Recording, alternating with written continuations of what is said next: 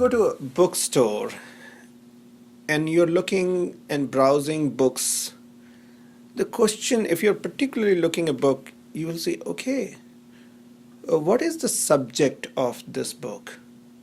That's the first question will come to your mind. If you really want to buy a certain book, what is the subject? You want to see the introduction, you want to see what it contains.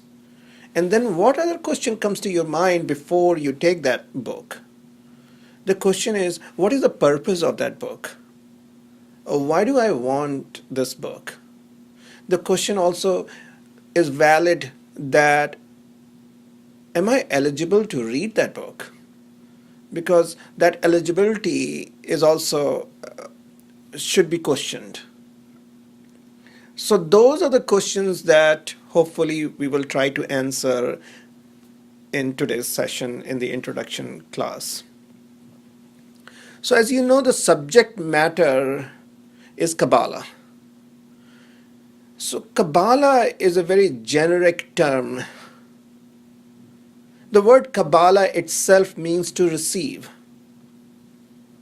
But receive what? Receive something from outside? If it would be to receive something from outside, we could have given to everyone and made everyone Kabbalist. No, it cannot be given from outside. It is a science for humanity. And that science does not belong to any particular group.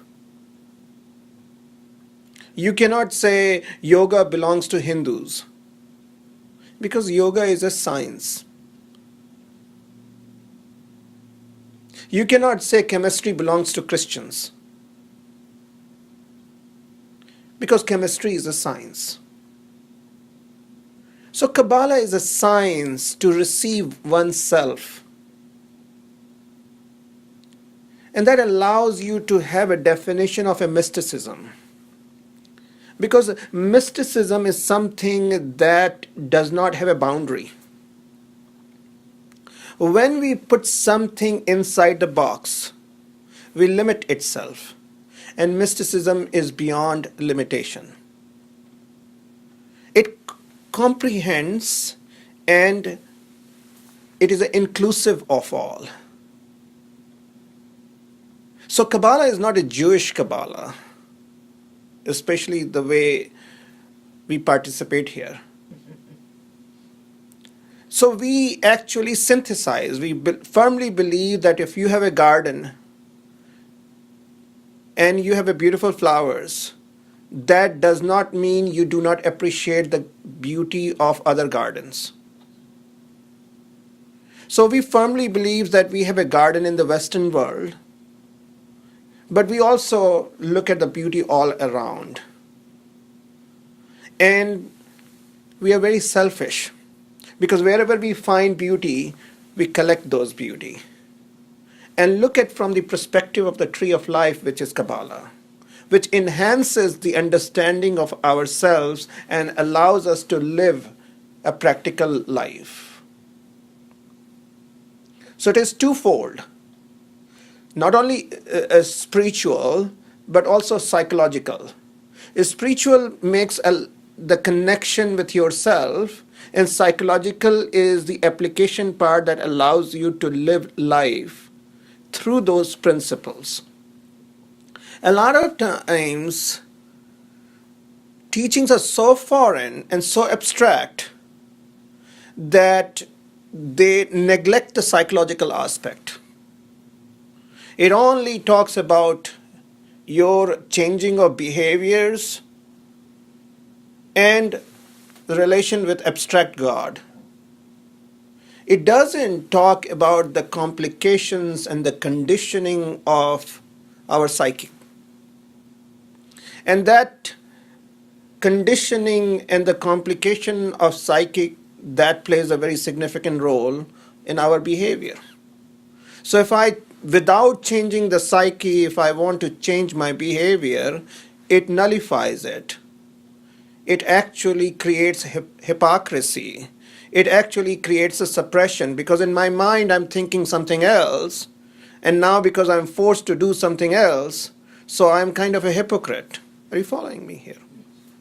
So Kabbalah allows to make a difference not only in your spiritual connection but also in a psychological level to create an understanding where your behavior becomes natural. If I'm not jumping outside of this window, why am I not jumping outside of the window? Because I am aware and understand the law of gravity that if I jump outside of the window, I'm going to break my bones. So for me, it's a nonsensical behavior. I don't have to put effort to sit here and not jump. Are you following it? It's an effortless behavior that I'm loving to sit here and I'm not jumping because it's a stupid and nonsensical behavior. If you are experiencing nightmare, what is the only way to relieve yourself? How to get out of that nightmare? What are you going to do? Only wake up. There is no other answer. No matter what you do, you're not going to solve the problem of nightmare. Only when you wake up,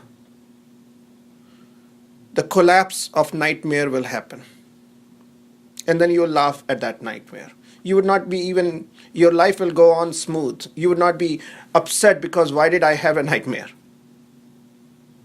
You would not be upset. You would be saying, okay, that was a dream. I woke up now. And you go along with your daily routine. You may just wonder, wow, what was an amazing dream. You may say one or two times, but it would not affect your coffee sipping in the morning and other routines, basically. But look at mankind. Mankind is tremendously having a nightmare. If there is a nightmare which is suffering,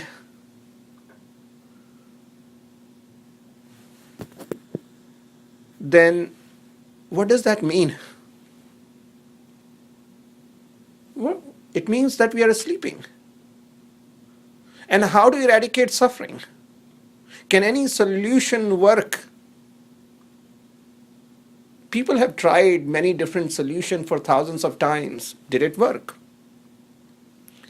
We fool ourselves. The only solution works is how to wake up.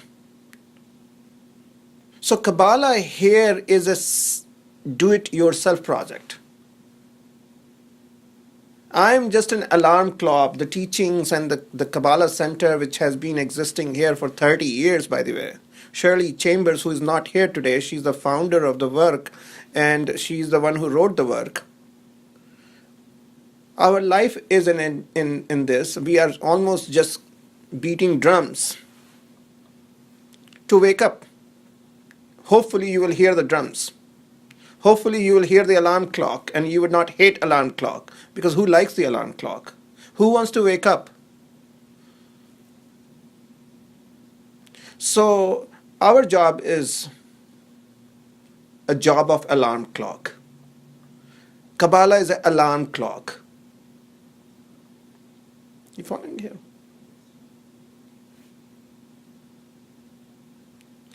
If I'm going to talk about food in this classroom, what is the desire that you're going to have? Of course, for food. But I cannot fulfill your appetite. I can only create desire for your appetite. And you must have to understand that distinction, because this is a very important distinction. This is why it is a mysticism. Not so many people can understand. It's so obvious that people cannot see. This creates dependency. But Kabalah is a do-it-yourself project. You have to feed yourself. We are only going to provoke the thirst within you. the hunger within you. It is a provocation process. The course itself is called the process of awakening. It is a process of awakening. There are no rituals, unlike any other Kabalah that you will find, that you have to have a pronunciation and you have to pronounce in exactly manner, and these are the rituals that you have to do, and you will get enlightened, and you have to follow rabbi and all that. It's nobody can do. No rituals can do. If a rituals can do, then it's a magic wand, basically. Then why don't we use the same rituals for everyone? No. It is how we fool ourselves. So we, in this process of Kabalah, a distinction must come to your mind. How do we self-empower? What do we do to disempower ourselves? So, three major distinctions that I gave it to you.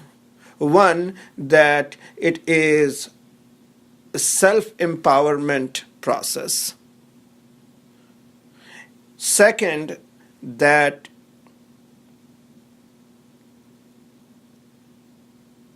it does not confine itself in any particular religion. And the third, it is a process of awakening. So this, and also you can add a lot of psychological tools that we incorporate in this study. Why should we study?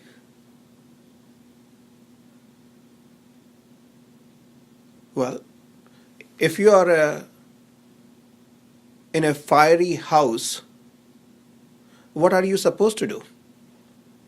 If you are in a house that is in fire, engulfed in a fire, are you going to read from the scripture, let me see what Bible says and what Quran says and what other text says, or let me call my guru and ask him what is the right direction to take? Or you go to the closet and say, okay, let me be peace, and no. The realization of that it is engulfed in fire itself is enough to take the right action. The right action comes by itself, by the realization of what is wrong. Where is the problem?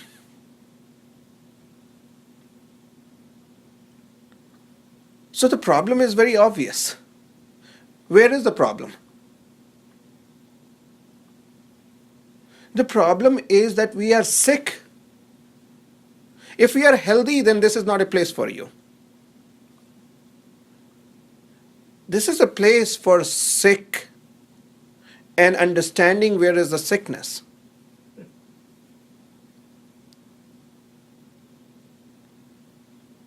So sickness is not when we inject drugs from outside.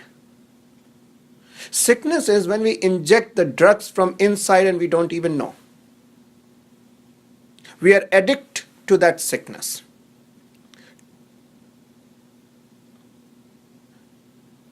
Kabalah says that there is a direct relationship between your psychology and your physical. So when you are under stress, when you have a fear, when you are irritated, when you are upset, when you are angry, your hormones and glands are active and secreting chemicals that are poisonous to the physical body.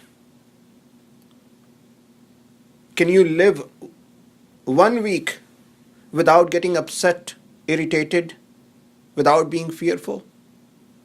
We cannot live 1 week. So there is an addiction going on of the secretion. We are constantly poisoning ourselves. And we are hooked. And we don't even consider that is prison for ourselves. We don't even consider that we are engulfed in that fire. We have been in so much in this suffering for so long that we forget that how a life can be without suffering. What a beautiful life can be without suffering.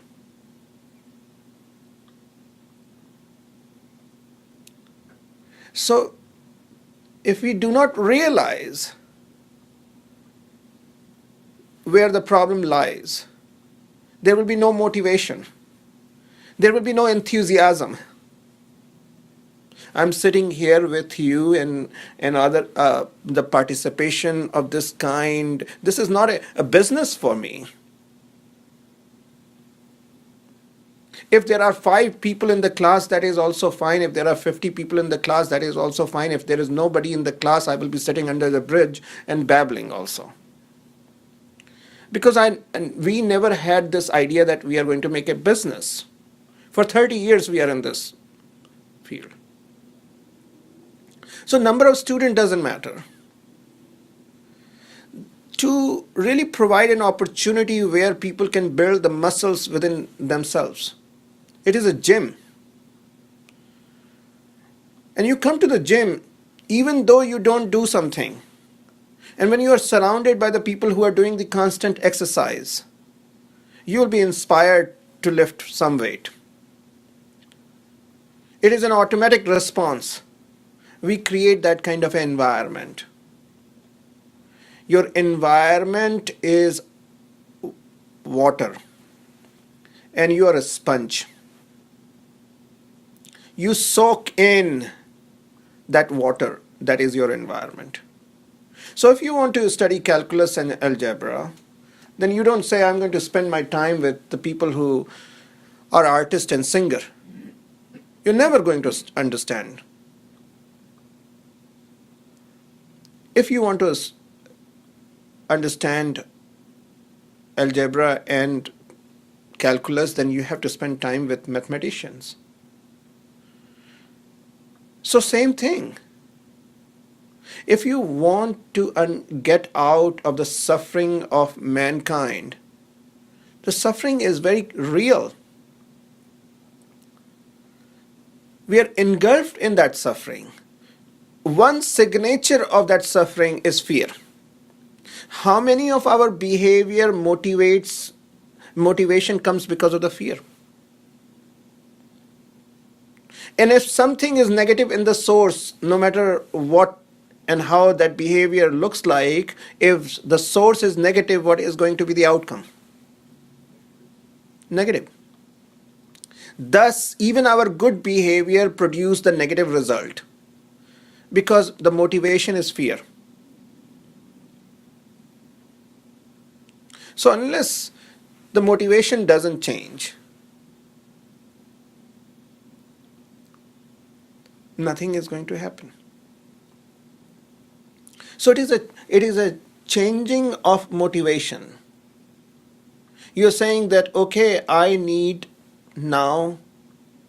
going to be proactive towards changing my motivation, getting out of that engulfed fire. And to me, the age does not matter.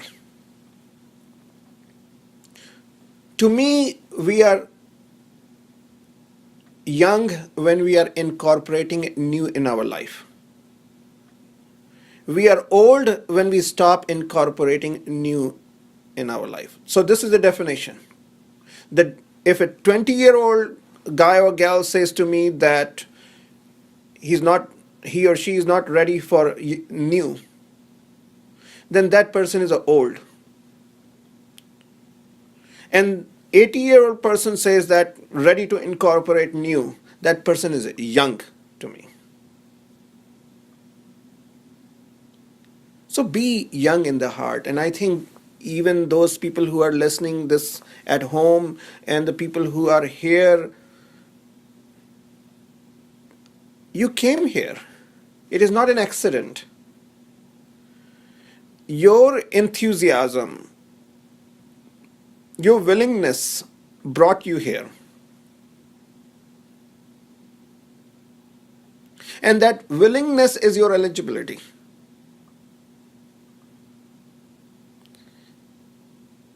If you do not have a willingness, then you are not eligible for this class.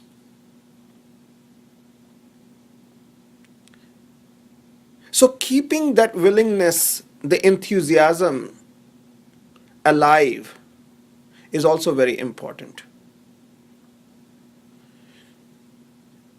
That happens through discipline, because the discipline will play a very important role, and dedication.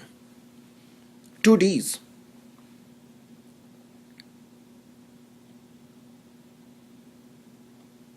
Imagine you're tremendously, tremendously thirsty, really parched, although we don't have that kind of experience in the Western world because the water is all the time available. I grew up in India, and during the time when I was growing up, water was not that easily found. So I will have a rickshaw ride with my mother, and I will ask, when I'm going to get water? She will say 15 minutes. Of course, that 15 minutes will feel like 15 hours. But let's just say if after 15 hours, if I come to some premise, where is my attention going to go? If you're that thirsty and you come to this building, what are you going to see first thing? Where do you want to see? Where would you go first thing? Water. Many other things will be here, but your attention will go to water. Why did it go towards water? And some other time when you are not thirsty, you would not even pay attention to water. So what does it mean? It means that if something is missing from your life, if you are saying divinity is not there, or God is not there, or I don't see God, what does that mean? If you don't see something, what does it mean? That means it is not there? Can I say it is not there, or can I say that maybe desire within me is not there? This is why desire is your eligibility. You following here? Taking a responsibility for oneself, not just denying that it is not there. Do we have desire?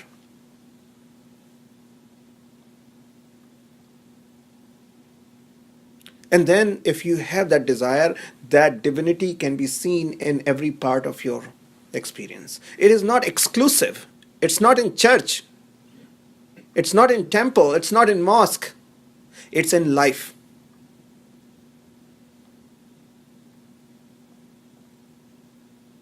I remember this story that comes to my mind. It is a story of a blind man. It's an old Indian story. And this blind man wants to visit his friend who lives in the other village, which is like approximately 3-4 hours walk, because that time there was no transport, so people used to walk from one village to other village. So he started his day early during the day and went to his friend walking, though he was blind, but it was a daylight. And he went to his friend and they talked and gossiped and chit chat and for a while, and they haven't met for a long time, so it became late in the evening. It became dark, and when his time to go home came, it was very dark outside. So the friend suggested, he brought a lamp for him and said, "Oh, here is a lamp that you can take and go back to your village." And the blind guy said, "Are you gone mad? Are you crazy? Don't you know I'm blind? What this lamp is going to do for me?" So the reasoning that the friend gave it to him, the friend who gave him the lamp, the reasoning he gave to him, that, "Sir, I know that you are blind. But if you have the lamp, at least the other people can see you and would not hit you." Of course, the reasoning was so smart that cannot be denied. So he took the lamp, the blind guy, and started walking to his village.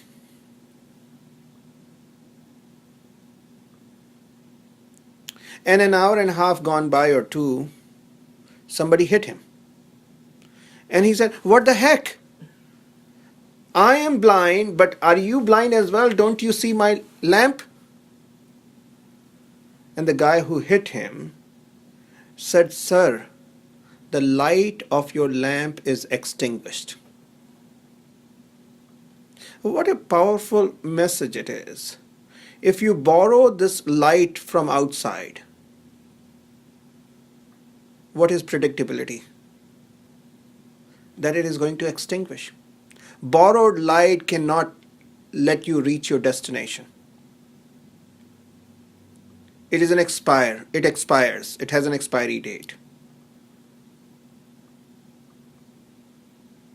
You can't borrow this light of understanding. You have to cultivate within yourself. This is why Buddha, when he was leaving his physical body, he said the last sentence, "Be the light of your lamp." Be the light of your lamp.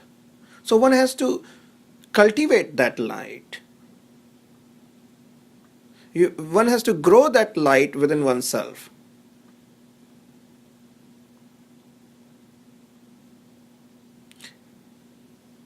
It doesn't come just by being born. Birth does not entitle us to live. Life has to be earned.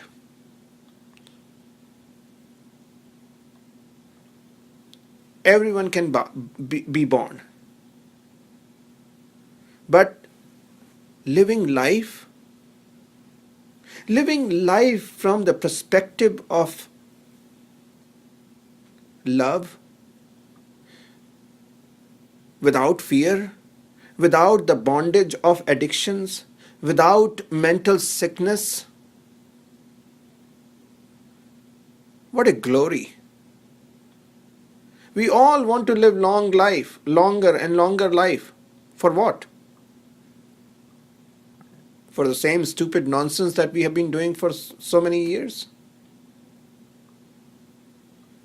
No, there has to be some kind of a sensible understanding.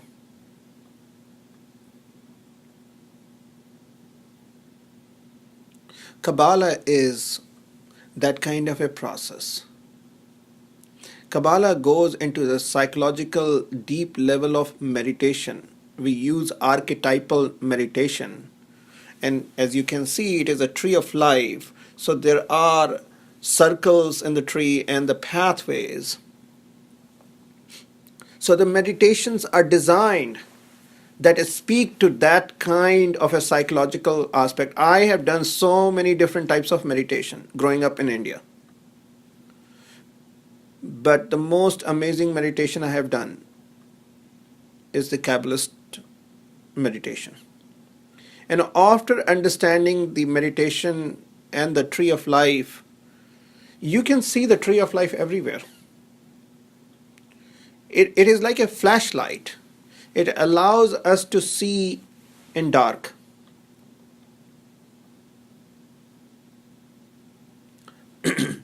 And there is a dark. What is darkness? Darkness is unawareness. So light is awareness.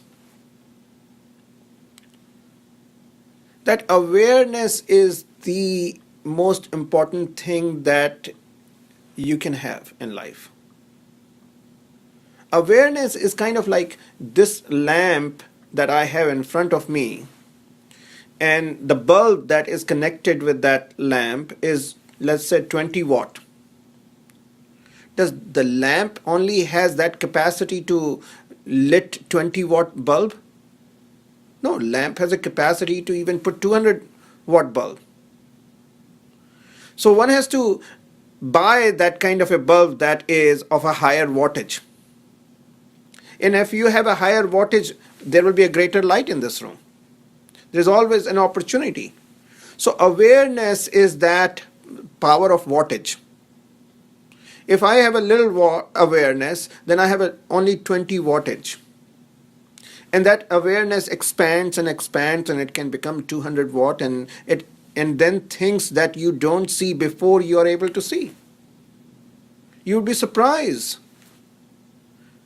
the things that did not make sense to you, the things that actually make you upset and angry and emotional, does not make you that angry, upset, and emotional.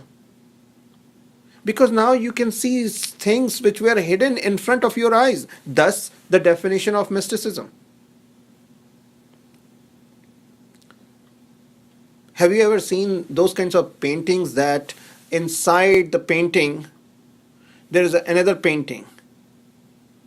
And when you really focus and be in a meditative state and you're looking at one obvious painting, but when you're looking really closely enough and you pay attention, you find that there is another painting inside that painting, and that is amazing painting and beautiful painting. And when you get to see that painting, then that's what you see. It cannot be unseen. Once you gain the awareness, nobody can take from you. All and everything else can be taken by death, but awareness cannot be taken.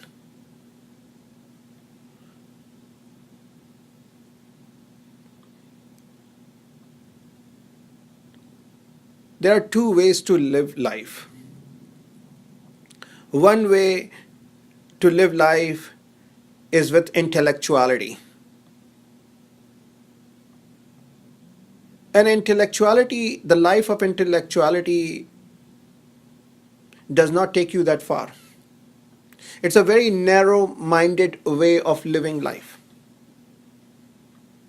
But there is another way to live life.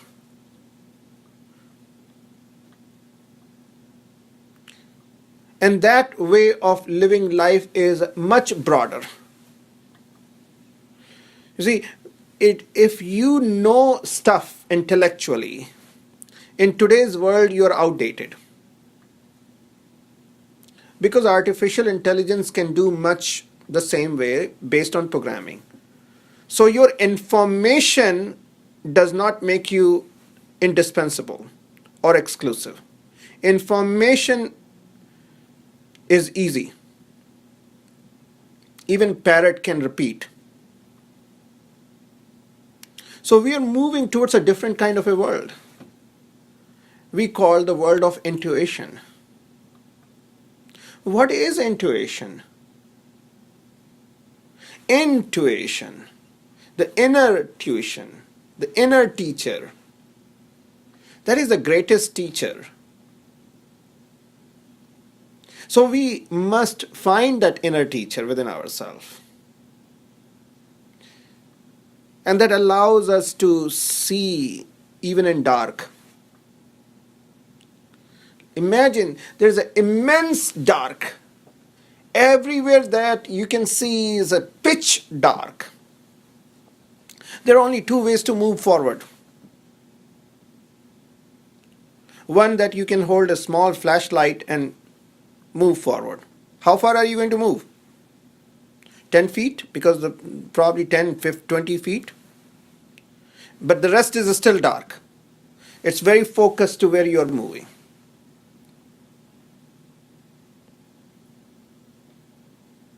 There's another way. Imagine the lightning takes place. And when the lightning takes place, it's kind of like a flash, and all are revealed. It's not narrow, it's all is revealed in that. There's a unification in that revelation. That is intuition.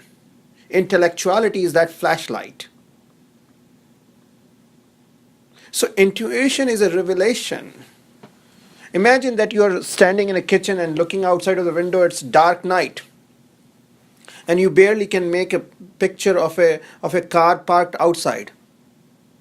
But when suddenly lightning takes place, it allows you to see the house, it allows you to see the tree, it allows you to see the mailbox, it allows you to see neighbor's house. And then that lightning doesn't last for long, right? It lasts only for a second or two.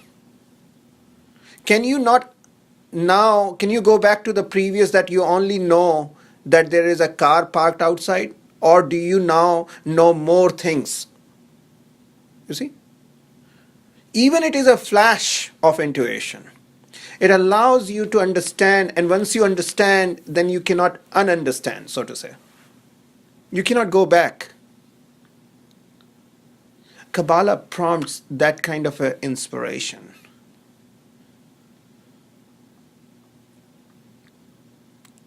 This is the purpose of Kabalah. This is the main goal of Kabalah, to transform consciousness from intellectuality to intuitive.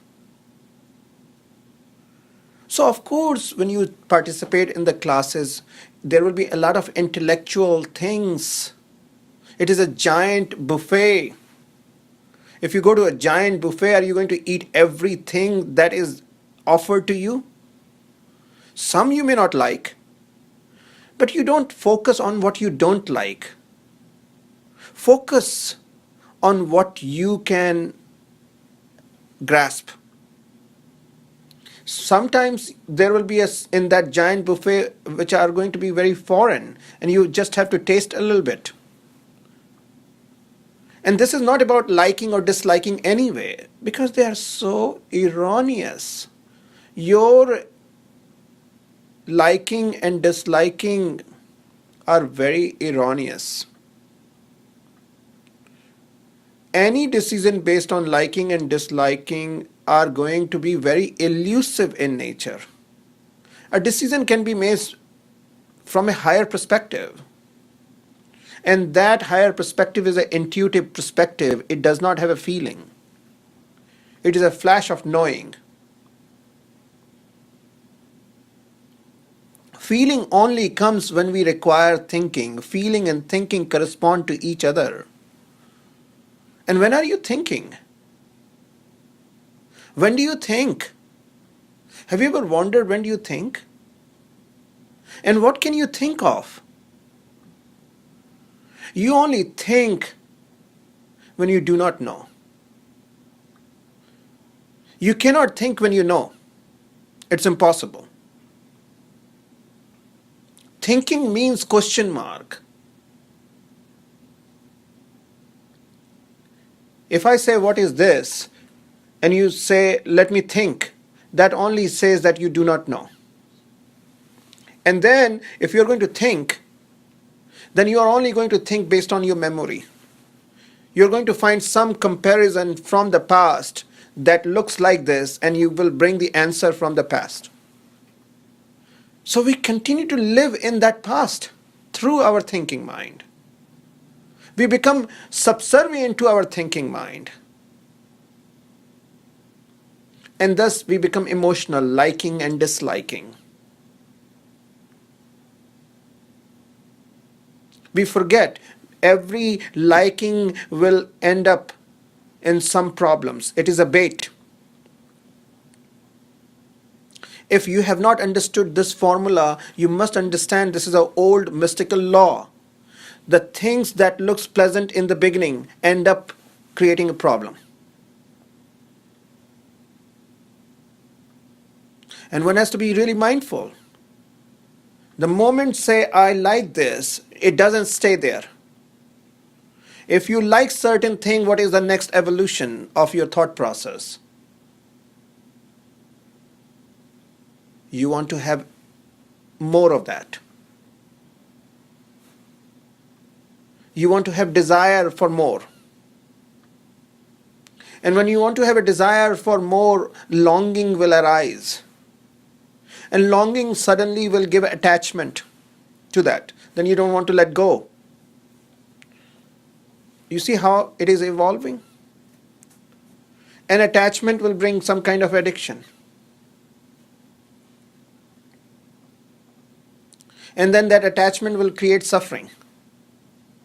And that from that suffering we want to run to different kind of a liking. And then the vicious cycle continues. How and when we are going to get off from that vicious cycle?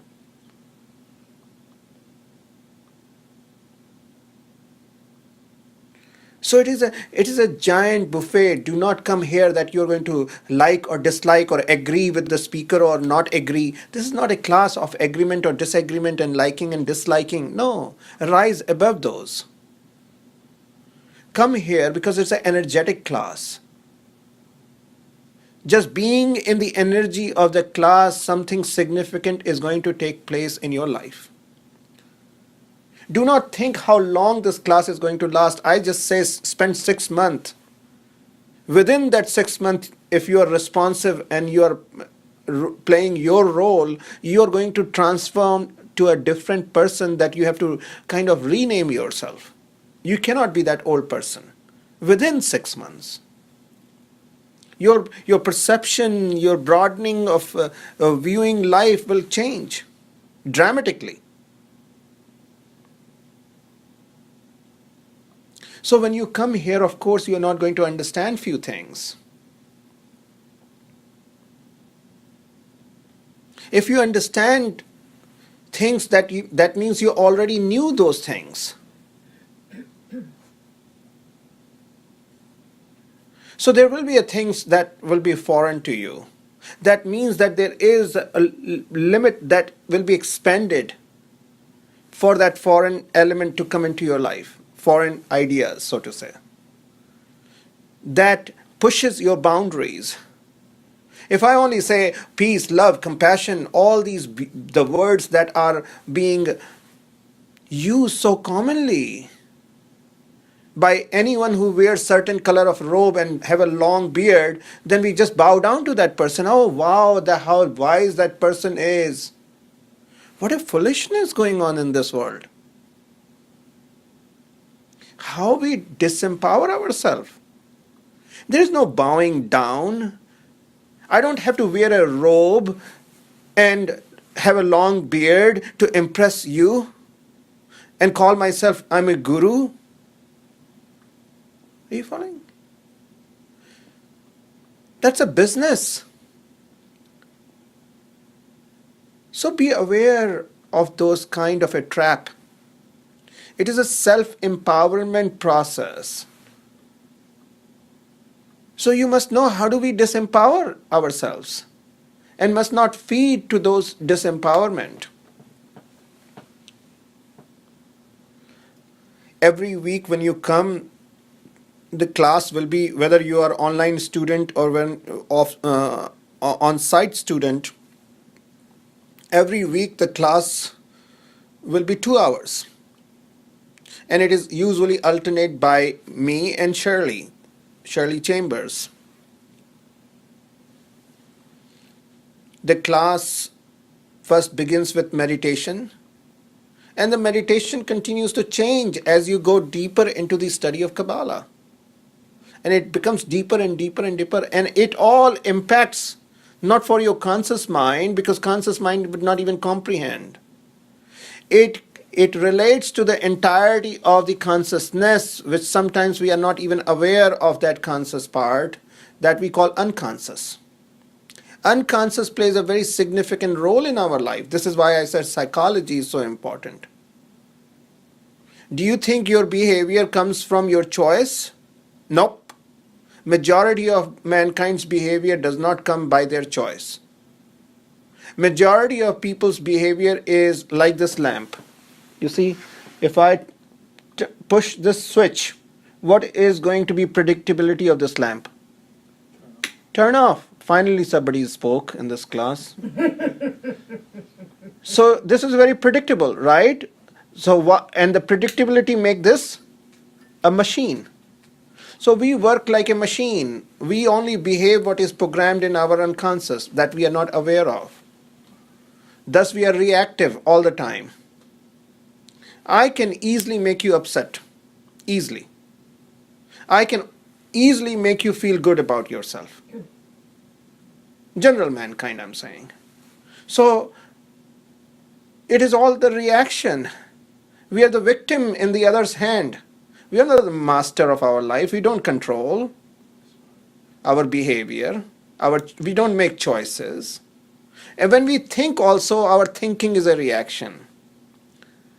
Pay attention, all our behavior is like a machine. It's very predictable. It's very predictable. You really don't have to study astrology. If you can understand mankind, you can predict where they are heading.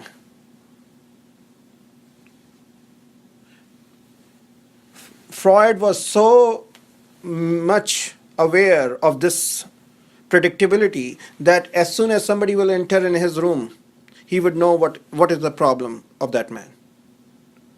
He didn't study astrology. He was not psychic. He didn't claim for any of those things. He understood mankind. So so unless you don't deal with the unconscious, unless the program doesn't change, it will revert to the same kind of a behavior. So the meditations are designed to change that programming, and it takes time. If you are interested in instant enlightenment, this is not a course for you. It is a journey. It is a joy to participate. There is no that I must get this, because there is no finite line. When does the awareness stops growing? It is a lifestyle that you adopt, and it never ends. Those who are thinking about ending, they don't know the power of awareness. It continues to expand. When you go to a doctor and you have a cancer and doctor says that this is the medicine that you have to take and this is what you have to do, that is not enough. What do you have to do? You have to change entire lifestyle. Entire lifestyle. Kabalah is a lifestyle. Kabalah is a lifestyle. So when you come here, meditation will be the first part.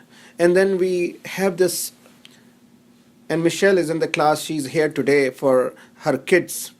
And hopefully they will take Elliot and Elizabeth. And I started this journey when I was 17-year-old. That is the reason I did not fall in a trap, I said, of many addictive behavior. Addictive behavior is a problem. So I believe that as sooner you start your journey, the better you understand what could be addictive path. That doesn't mean you don't live life. You do everything. And everybody who knows me, I play poker. And I have a family, and I have every part of life. You embrace everything. You're not running from it. Running means what?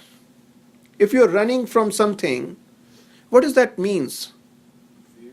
Fear. Absolutely. So people say, oh, I sacrificed the material world. I ran from it. I became a monk. If something is so unreal, if you say material world is so unreal, is it worthy of running and leaving and sacrificing? If it is so unreal, your running and sacrificing proves that was a real. People don't understand. They are so childish in their behavior. You're not running from anything. You're understanding. And if you run from something, that something will go to the other place where you ran from. It follows you. Understanding. The evil is not out there. Evil is within us of unawareness. And that unawareness says, oh, that is my problem. Because of that, I am this way. Because of my family, I am this way. Because of this person, I am this way. Because of this experience, I am this way. That is unawareness. That is what evil is. Evil is to make someone else and something else and some experience else responsible.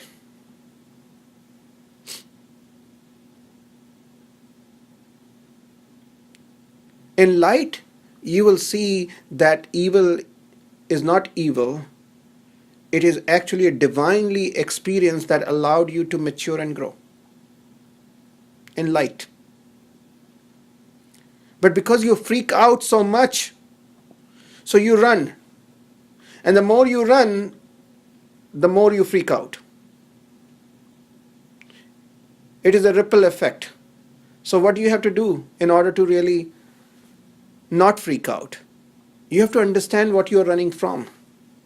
So you have to revert your process, in a sense, of running and embracing and changing your perception, bringing the awareness to that situation. So once you realize the problem, what are you going to do? I have a wound. I realize that I have a problem. Now I'm going to think, oh my God, why did I have this wound? And who gave me this wound? And this experience caused me this wound. And all this is, are you going to think those kinds of things? There are people who are actually addictive to those kinds of thinking. The thinking should have only one focal point. What is that? Healing. Only one. Otherwise, you are actually creating an obstruction towards that healing. So thinking should be very clear. How am I going to heal myself? What should I do? The variants of healing process. No need to rehash. It's declared. So the next part of the class after meditation, whether I am alternating or Shirley are alternating, we don't follow any script. You don't Google us. You cannot Google us. It's an oral tradition, and we follow the spirit and that inspiration. I do not know what will be my next statement. I do not know. And every time you come, you are going. Michelle isn't part of the class. You can ask her. It's always different. Every lecture is like a fresh water, and to me, I always am surprised on sometimes. Yes, Michelle. What I find very interesting is sometimes when you say that you just speak and it's fresh, a lot of times you talk about things that I am struggling with that week. And I really think that that's, it's very interesting how that works. Yeah, because last time I was really focused on peace and thinking about that. In the last class, you said it about 10 times, the word peace, and was really focused on that subject. So yeah. That's how energy works. Mm-hmm. Because this is a communication between soul to soul. I want to relate to the power of the speaker. And the power of the speaker is not mouth, okay? Not the vocal cord, by the way. The words does not, maybe they are formed in the vocal cord. But the source, and the source of the listener, your ears are not listening. And when you absorb, there is a thrilling sensation and there is a stirring in the heart. We call it in Sanskrit satsang. People have lost the meaning of satsang. Again, one Sanskrit word that I say that is bastardized. They think chanting some mantra in a foreign language is a satsang. They think that if sitting in front of the guru and touching their feet is a satsang. Nonsense. And one has to have the ability to call nonsense a nonsense. Otherwise, there will be no revolt. And the consciousness revolt is necessary. The old has to decay for new to come. So the ability to destroy is the same ability to create. But we don't have ability to destroy. So we can't create. We can't create. We have an illusion we are creating, but we are repeating the same nonsensical life.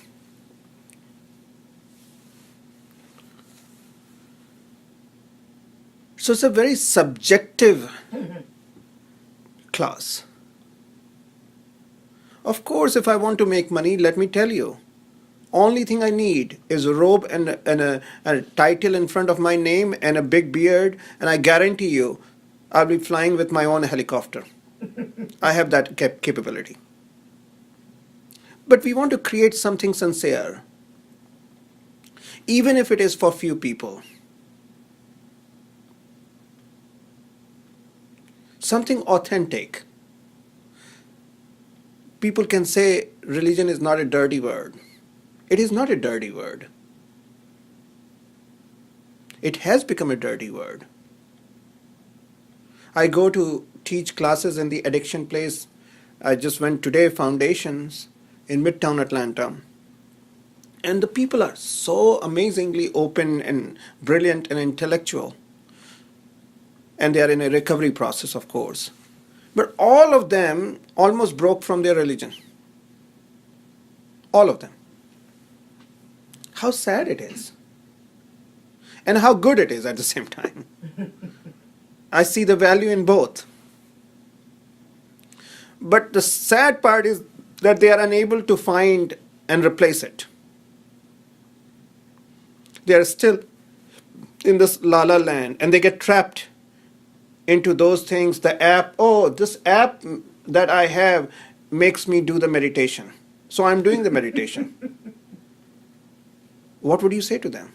This is the greatest harm mankind can do to themselves, that if you know you're sick and you go to the doctor and doctor gives you a wrong medicine and you think that it is not a wrong medicine. It is a doubly wrong. First, that you think that you are taking a medicine. Second, your problem is getting worse. So now people think, oh, if I just have this app and listen to this meditation, I'm doing the meditation. Well, you broke off from the religion, found a different religion to disempower yourself. Meditation is not that easy. Or probably it is the easiest thing to do, but we have complicated with our manner. It's a lifestyle.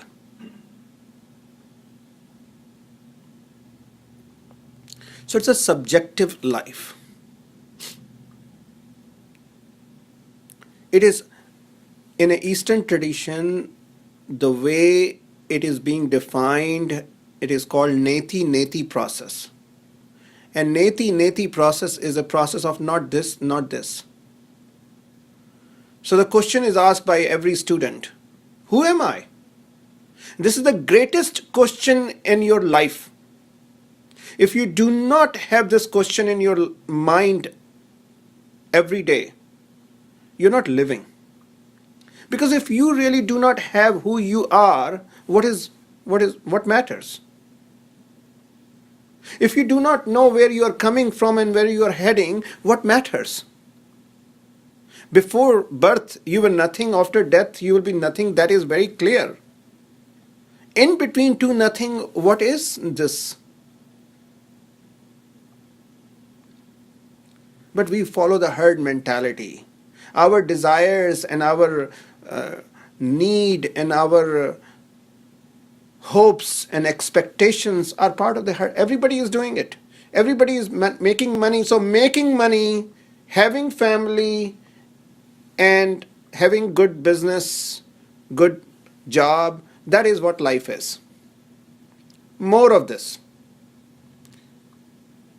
Is that so? Because everybody else is doing it. So it has to be right. That is the definition how we find what is right. People came to me and said, you must go and see this guru. I said, why?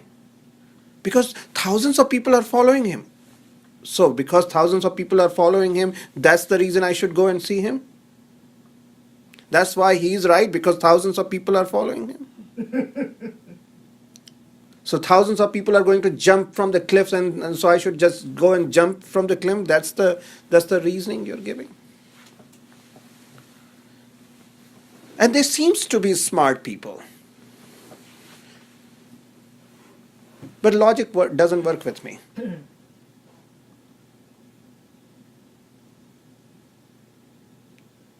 I have tools that I also can use to destroy any logic.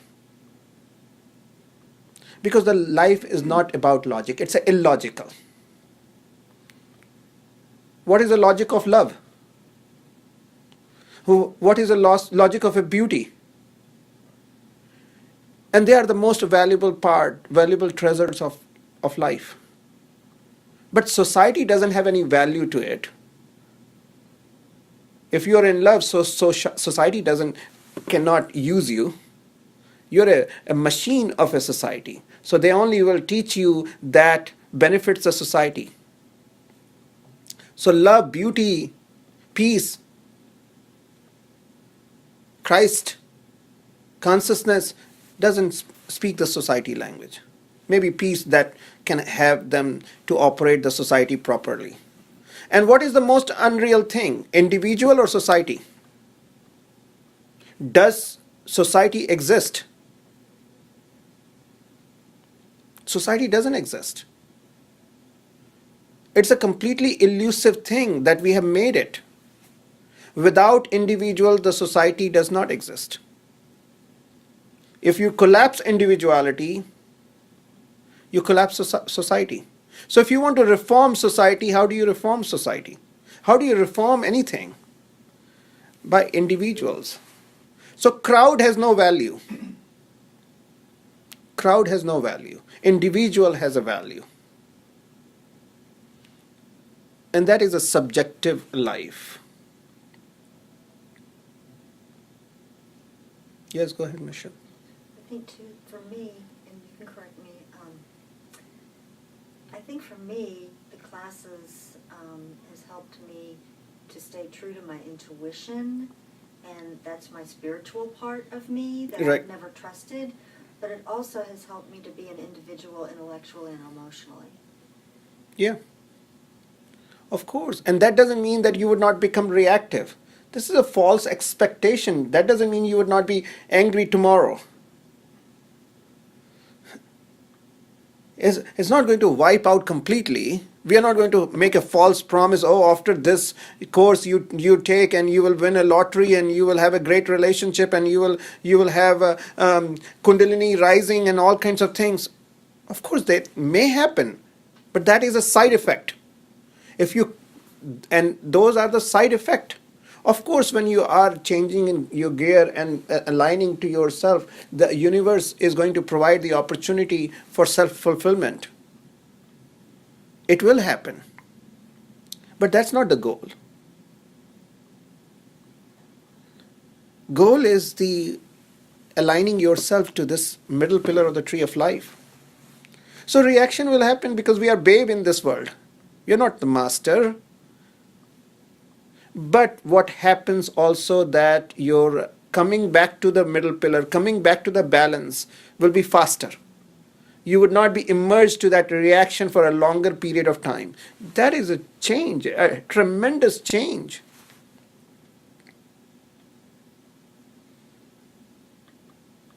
We disempower ourselves. Can I say I am chair? If I'm saying I'm chair, I'm foolish.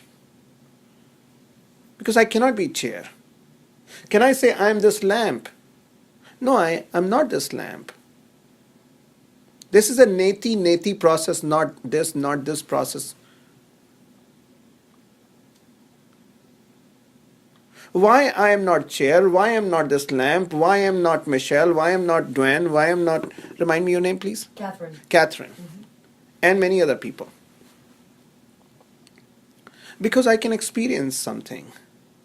What I can experience, I cannot be. I am the experiencer.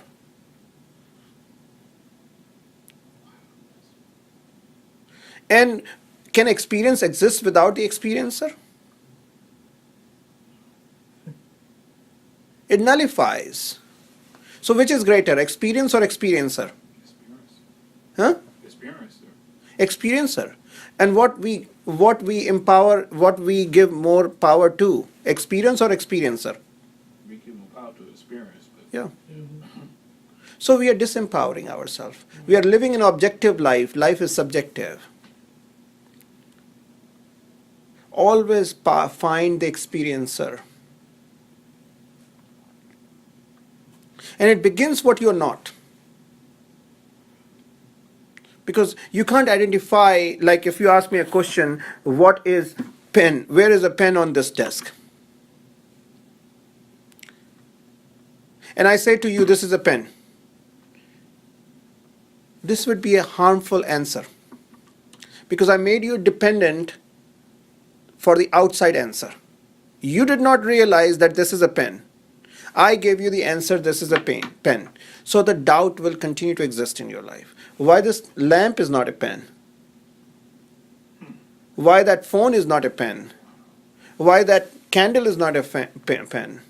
So my job as a teacher to say lamp is not a pen, iPhone is not the pen, paper is not the pen. So I will describe everything what it is not, then your realization will be what it is.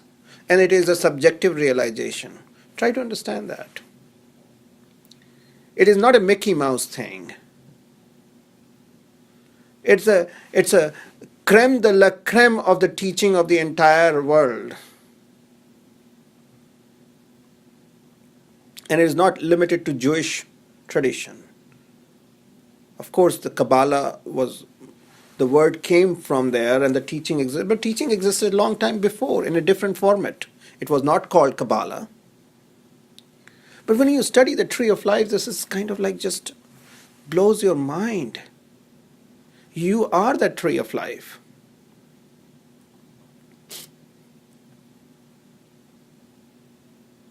So that lecture part, first half an hour is meditation. The lecture is an hour or so. Then there is a break time. And after the break time, then we read the lesson. The lesson that was written by, again, inspired writing by Shirley. Inspired writing, try to understand what is the inspiration, because that's very important to understand what is inspiration. When I'm speaking, a flash of word will come into my mind. Not from outside, from inside, because it's a subjective thing. And then I have somehow this ability to expand that word in a language that you can understand. So that is an inspiration. And when the word arises, there is no feeling.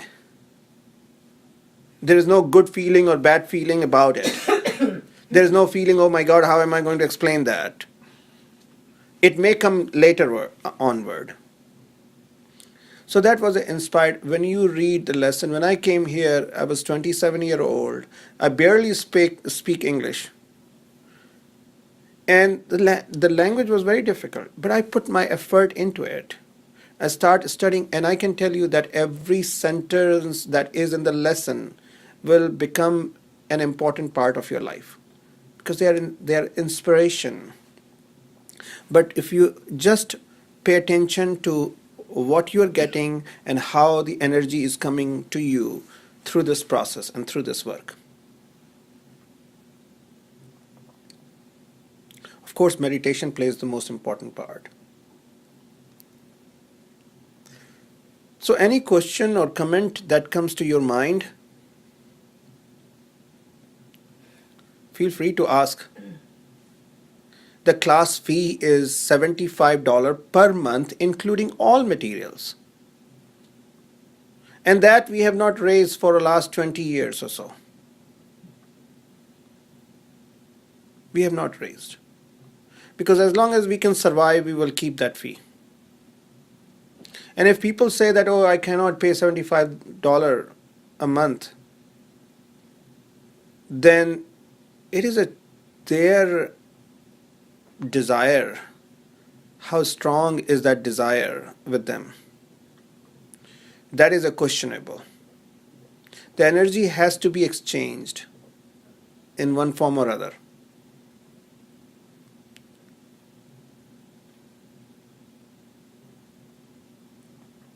So hopefully you will participate in this class. Hopefully you will spread the words, and we will have few students to participate online and offline. Online is difficult sometimes because you have to kind of listen at home, so you have to discipline there. But when you come to the class, especially when you're in Atlanta, I will definitely say to come. There are already 3 people and are participating, and 2 of them are in Florida, I think. So they are taking the class from Florida. Yes, Michelle? When you talk about meditation, I feel that the meditations have helped me to just learn how to know that I have a choice. I have a choice to sit to do the meditation. I have the choice to listen. I have the choice. So when I'm awake, physically, or not meditating, I know that I have the choice to think differently, to be different. Correct. So, and the exercises like sit-ups help me to be different. And the awareness, as you are growing in awareness, that cannot be seen, by the way. You cannot see the electricity. So you can't see the awareness, but you can see the result of awareness. That is what you're describing, actually. Okay. Because your Thank you. awareness is expanding, so now you have the ability to make choices. You can see, you're sensitive of what choices you're not making. Sensitivity will be the outcome of the growth of awareness. And thus, it is very important to discipline yourself and dedicate yourself. Otherwise, that sensitivity can throw you off balance. That's what happens to most of the people who are on the spiritual path. They become so disempowered while their sensitivity grows, and they become discombobulated and off balance completely. Mental sickness happens. So, no, you are going to be sensitive, not only to yourself, but things around you also. Yeah, and it makes me think about when I was a Christian and I was going to church and I was doing all the things. My expectation was in the thing to make me different. Yeah. And now my expectation is within. Yeah, there you go. That is the demarcation line between the self-empowerment and disempowerment, I was saying. It doesn't point finger out. It only takes the responsibility. And then it becomes very natural to let go, which is not conducive. You will wake up one day and you will say you are not interested in doing the things which you used to. It happens by itself, I firmly believe, as you continue to be proactive for your growth. You can't force these things upon yourself. If darkness in this room, are you going to bring atomic weapon to destroy darkness? Or you are going to bring AK-47 and shoot it out?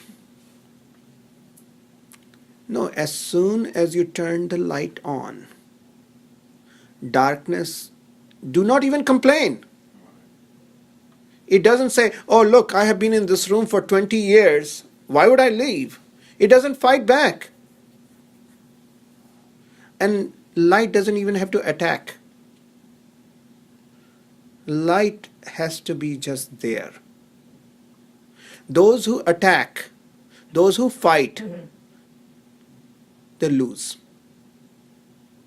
Attacker are always loser. You know why? Because the fear is the motivation. If you are not fearful, you are not going to attack anything. Why would you attack something? So you're fearful. And if the fear is the base, you're a loser to begin with.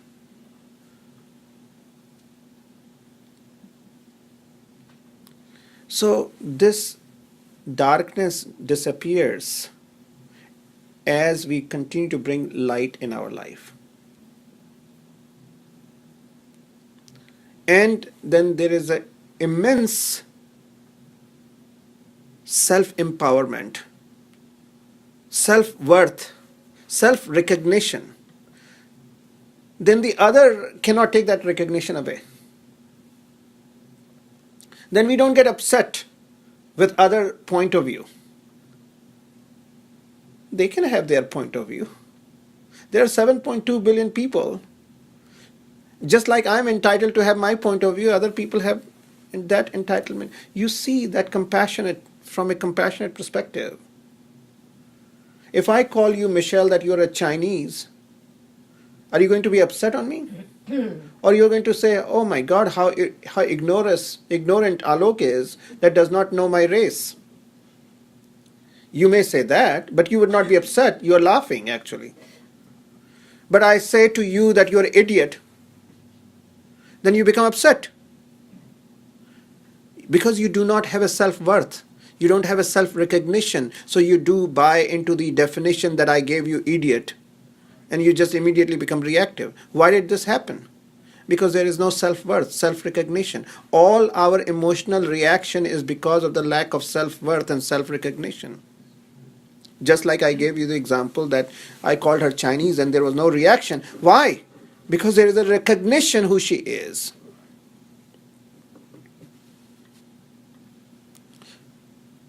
So that recognition is enough. Then everything is revert back to the senders. If I'm angry at you, if I'm calling you names, you may get hurt or not, that is optional, depending upon who you are. But the sender is getting hurt immediately.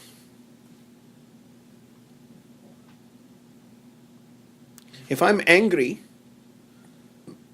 whom I am hurting first? You. If I'm lying, you may get hurt from that lying or not lying, that depends from you and the time period. But who gets hurt from that lying? Who knows that it is a lie before?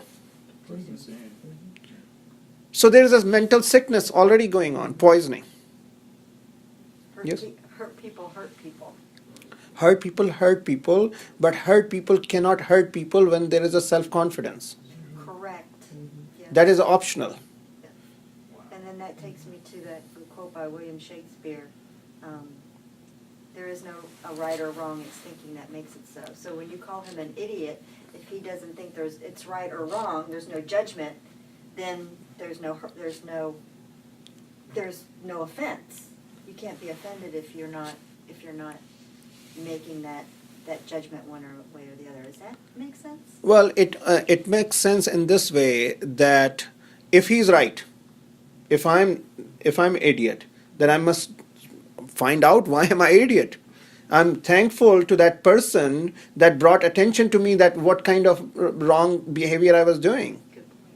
So that from that perspective, right doesn't also bother. If he's wrong, who cares? In both way, you don't have an entitlement to be reactive. The willingness to understand. Willingness to understand, yes. There's only two options. He could be right. My behavior can be idiotic. If someone is raping a child, I will say that, hey, this is a idiotic behavior. So it is a wrong behavior. It's an inappropriate behavior. I'm not going to be indifferent and say, oh, well, I don't know what is right and wrong. And I'm going to say and judge. Judgment is a very important part of the tree of life. Behavior is going to be judged. And in fact, if behavior is, that means there is a cause inside. Effect does not come without cause. So by looking at the effect, you cannot infer what is cause. You can infer what is cause. Be prepared to be wrong, but inference is a capability of mind. We must use it. Can effect exist without cause? So which is more impactful, cause or effect? cause. So we want to change the effect. We don't want to change the cause. What caused someone to behave in that manner, we are not interested. We are not interested. Just destroy the effect somehow. Don't do the effect. So we become hypocritical. Then we wear a mask, we are something from inside and behave something else from outside. Okay, you can't see my effect. This is why my prediction is the virtual reality games are going to be the most popular game in time to come. Because you can adopt any kind of avatar. Avatar is again Sanskrit word, butchered. So you can adopt any avatar and do anything that cannot be allowed in a social network here. What are you going to do for that? So people don't comprehend. Just destroy the effect. It's very childish behavior. To destroy the effect is a very childish behavior.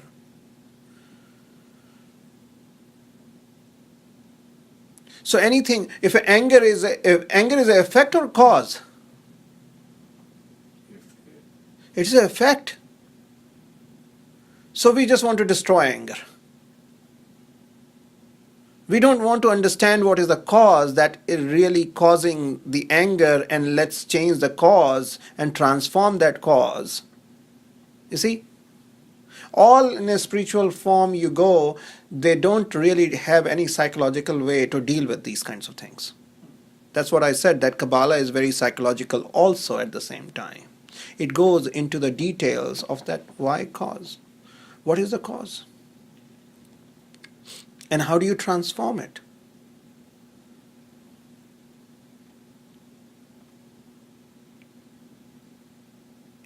Sickness only produces sickness. Try to understand that. So effect is a sickness. What can you infer? That the cause is sickness. If someone is angry, which is a sick, what do you infer? That there is a tremendous beauty inside of that person? You infer that person is sick. So if you infer that person is sick internally, what will be your attitude? To punish him for his anger? And if you punish his anger with your anger, whom are you punishing? So you see, with this kind of understanding, your behavior changes. Your behavior changes.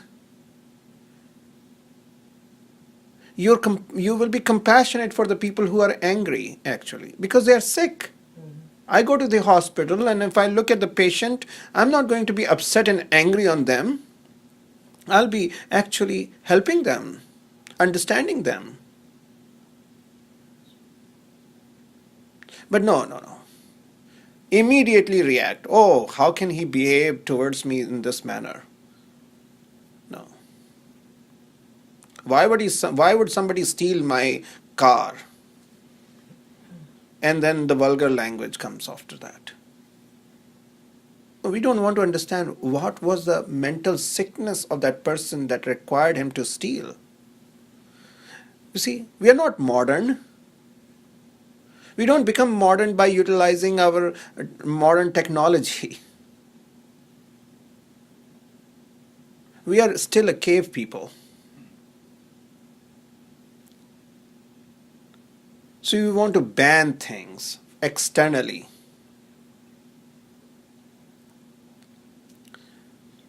So I hope that I have given you a glimpse of what this class is going to be. A kind of an introduction to Kabalah, which answer to your primary question, what is Kabalah? What is the subject matter? And am I eligible? No, you can never say, because the mankind always thinks in respect of more, never enough. So if you understand even a few things, it will only pay attention to what you don't understand. No, it will never be enough. So your reason, somehow the cosmos and anything that played you to bring you here, that is enough that you are eligible. And be prepared that a lot of things you would not understand. Because if you already understand those things which are presented to you, then you are already there. No, there is a place for expansion, and that comes in not understanding it first. Then you will see, wow. Ask Michelle when she came here, what she understood and what she understands now. And the only thing is required as your eligibility is your willingness, your dedication, and your discipline. Let me call it 3D. Desire, dedication, and discipline. Desire to quench the thirst. You're parched. That's enough. Dedication to move into a direction where you can quench your thirst. And discipline to act. So if I am giving you $1 million here, do you have to put your effort to come to the class? No, because you are so willing to get $1 million. You'll be so dedicated to move in the direction to the center. And you will be disciplined to let go all the distractions and not pay any to distraction. $1 million is most important. No friendship at this time, no relatives, no headache, no bodily pain. No. This is what discipline is. It is a self-imposed discipline. It does not come from outside. I don't say, oh, behave this way, and then you behave in this manner. No. It's your choice whether you come to the class or not. And if you follow my commands, you would be disempowering. Discipline comes from the self-imposed discipline. It comes from the same word as disciple. You truly become disciple of divine. We use the word Christ consciousness here quite often because Christ consciousness is a representation of the adult level of our maturity, of our awareness.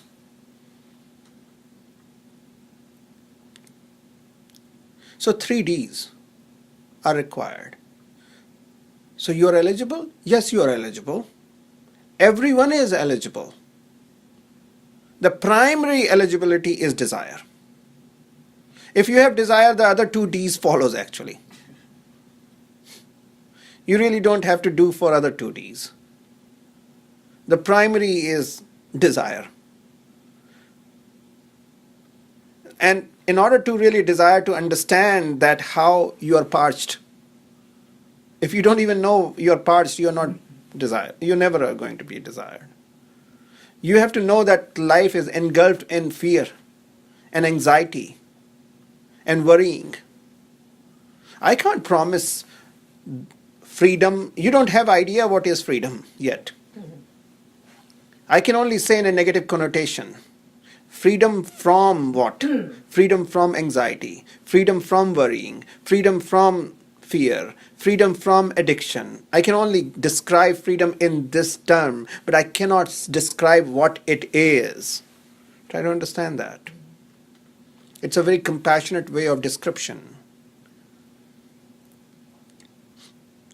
So yes, that allows you to have desire. So suffering is not a bad thing because it allows you to get out of it, free from suffering. Suffering is our choice. Suffering is optional. It is not mandatory. Suffering is not in the body. Suffering is in the mental mind feeling. Suffering is a feeling. And in feeling there is an option, whether I want to buy into it or not. Oh, of course, pain you cannot avoid. And no matter who you are, you can be the most powerful person and the richest person and most famous Hollywood star. Can you avoid pain? Can you avoid, say, I'm not going to grow old? Can you say, I'm not going to die? Can you say, I'm not going to have a deterioration of the physical body? Of course, the result would be pain. It cannot be avoided, no matter what you do. This false expectation that pain can be avoided is a foolishness. But now you have a choice whether you are afflicted by that pain and you suffer or not. That is your choice. One time Buddha went to a farmland and the farmer was very delighted to see Buddha there. And he said, "Oh my Lord, you are here in this farmland. I'm so grateful for you to come." "But what? You're walking bare feet. Buddha said, yes, I left my shoes long time ago. There is no need for shoes in my life.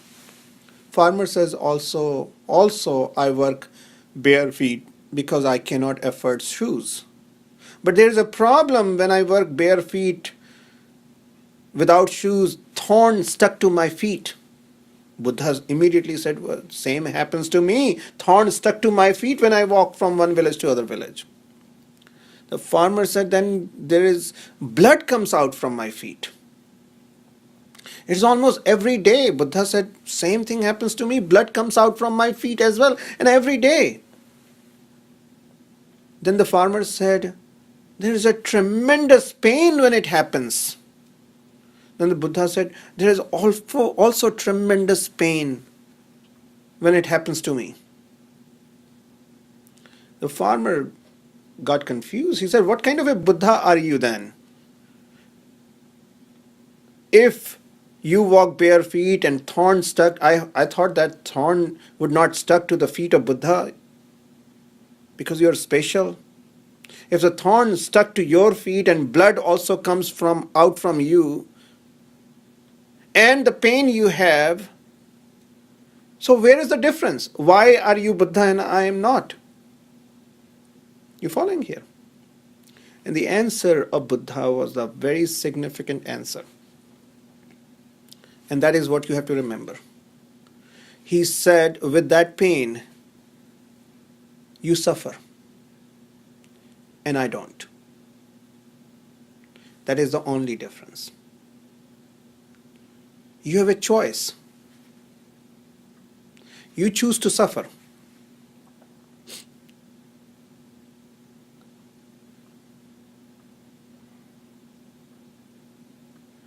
And why do we suffer? Because we expect not pain. If you expect non-pain, then you are going to suffer. Most of our suffering is expecting otherwise to what is happening. Let me repeat. Most of our suffering comes because of our expectation of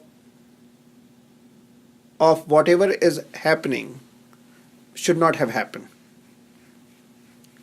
It's like we want to control the external phenomena. So suffering arises. So yes, there is eligibility.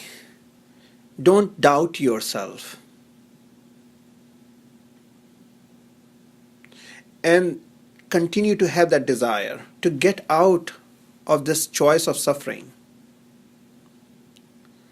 Then the question is,